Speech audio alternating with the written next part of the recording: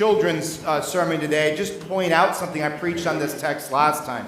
You know, there's the old joke that goes in a Sunday school lesson that a Sunday school teacher was explaining to their class that what would I call a thing that has webbed feet and waddles around, has feathers all over its body, and goes quack, quack, quack.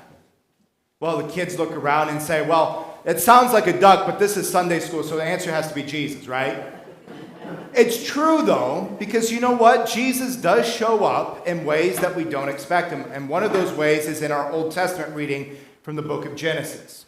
Jacob is filled with fear. He is wrestling with God. He has anxiety. Why? He's going to meet his brother who he tricked many years before. He's going to go meet him, and he's afraid of what his brother can do. Ouch. So he sends his family over one side of the river, hoping that they get to escape. He comes up with this plan to meet his brother the next day, and he lays down to go to sleep, and in his anxiety, he wrestles with God.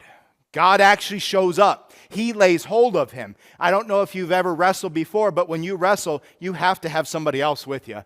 It doesn't work to wrestle yourself. You just look like, kind of dumb, right?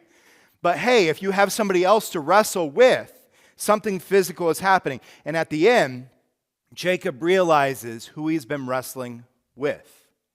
He knows that this is God. That's why he names the place Peniel, face to face with God.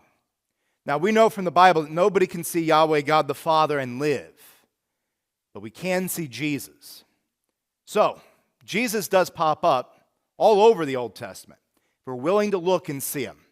All right, let's go ahead and go to our sermon hymn, which is hymn 733.